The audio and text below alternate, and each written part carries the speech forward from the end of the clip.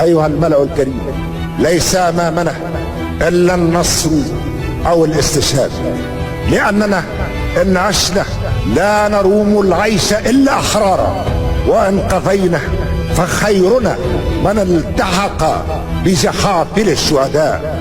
فأما حياة تسر الصديق، وإما ممات يغيظ العداء، لأنه صراع بين الفناء والبقاء لشعب بأسره، بل لأمة جمعاء.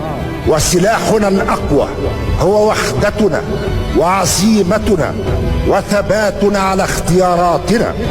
وأخطر ما يتهدد الشعوب والأمم ليس الأعداء الذين يحاولون التسلل عبر الحدود، بل الخونة والعملاء، ومن قبل لنفسه الخيانة والعمالة.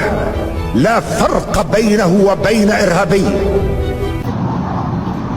يا نهار ابيض، ماما في دايره كبيره قوي.